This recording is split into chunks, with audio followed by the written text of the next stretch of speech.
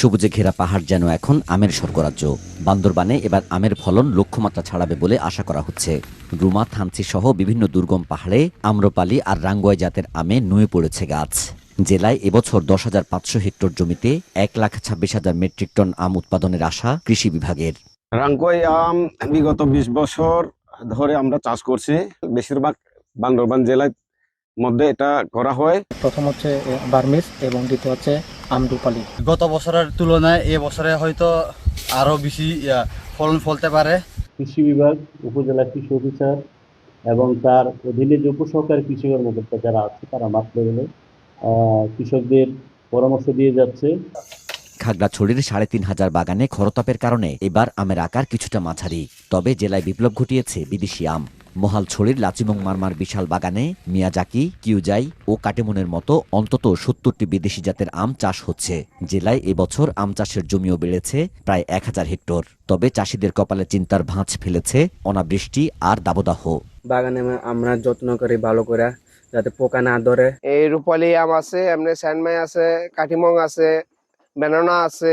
প্রাকৃতিক কারণে যখন বৃষ্টির প্রয়োজন ছিল বৃষ্টি হয়নি, আবার এখন রোদের তাপের কারণেও মানে তেমন ভালো বলা যাবে না। একদিকে মানে উৎপাদন কম, অন্যদিকে খরা, সব মিলিয়া এবার বাগান মালিকরা একটু চিন্তায় আছে। বিদেশি যে জাতগুলো চাষ হচ্ছে আমাদের এখানে, বিশেষ করে কিউজাই, পালমার, তারপরে কাটিমন, মিয়াজাকি, চিয়াংমাই, এই 4-5টি জাত বেশি আবাদ হচ্ছে, তো এগুলোর ফলন ভালো। রাঙ্গামাটির বাজারেও আসতে শুরু করেছে দেশি আম। তবে আম্রপালি আর রাঙ্গুয়াই জাতের আম পুরোদমে বাজারে আসবে জুনের প্রথম বা দ্বিতীয় সপ্তাহে। জেলার 3,635 হেক্টর জমির গাছে 40,000 টন আম উৎপাদনের লক্ষ্যমাত্রা ধরা হয়েছে। আমের গুণমান রক্ষায় মাঠ পর্যায়ে কড়া নজরদারি কৃষি সম্প্রসারণ অধিদপ্তরের। এই বছর তো আমের ফলন মোটামুটি ভালো। আম আছে বাজারে, বেচতেছে এখন বর্তমানে, আরো হবে সামনেতে। ঢাকা শ্যামবাজার থেকে আসছি আম কেনার জন্য। রাঙ্গু আম কিনছি 100 মনের মতন হবে, 800 টাকা মন, মানে 20 টাকা কেজি। লোকাল আম কিছু বাজারে আসছে, কিন্তু আপনার যেগুলা জাতের আম, বাড়ি আম, ফোর, আপনার কাটিমন, এই অন্যান্য যে জাতের এই জাতগুলো কিন্তু আমাদের সামনের মাস থেকে মূলত আসা শুরু হবে ধাপে ধাপে। পাহাড়ের আম এখন স্থানীয় চাহিদা মিটিয়ে রপ্তানিযোগ্য পণ্যে পরিণত হয়েছে।